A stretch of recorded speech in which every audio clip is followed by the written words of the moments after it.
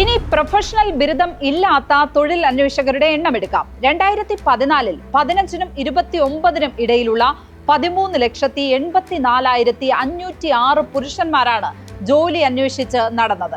2024 ആ എണ്ണത്തിൽ വലിയ കുറവുണ്ടായി. 8,44,199 എന്ന നിലയിലേക്കാണ് താഴ്ന്നത്. സ്ത്രീകളുടെ എണ്ണം 15,39,867 കുറഞ്ഞു. 20 ലക്ഷത്തിൽ നിന്ന് 15 ലക്ഷത്തിലേക്കുള്ള കുറവ്. പൊതുവിഭാഗത്തിൽ കേരളത്തിൽ കൂടുതൽ തൊഴിലവസരങ്ങൾ ഉണ്ടായി എന്ന് തന്നെയാണ് ഈ ഡാറ്റ അർത്ഥമാക്കുന്നത്. ആകെ തൊഴിൽ അന്വേഷകരുടെ എണ്ണം 34 ലക്ഷത്തിൽ നിന്ന് 23 ലക്ഷമായി കുറയുകയും ചെയ്തു.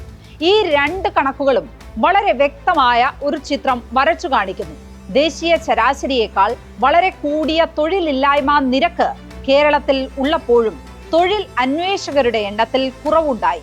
അത് എന്തെങ്കിലും തൊഴിൽ തേടുന്നവരുടെ കാര്യത്തിലാണ് കുറവുണ്ടായിട്ടുള്ളത്. എന്നാൽ പ്രൊഫഷണൽ ബിരുദമുള്ളവരുടെ കാര്യത്തിൽ വലിയ തോതിൽ കാത്തിരിപ്പ് കൂടുകയാണ്. പൊട്ടൻഷ്യൽ ജോബ് സീക്കേഴ്സ് എന്ന് പറയുന്ന വിഭാഗമാണിത്.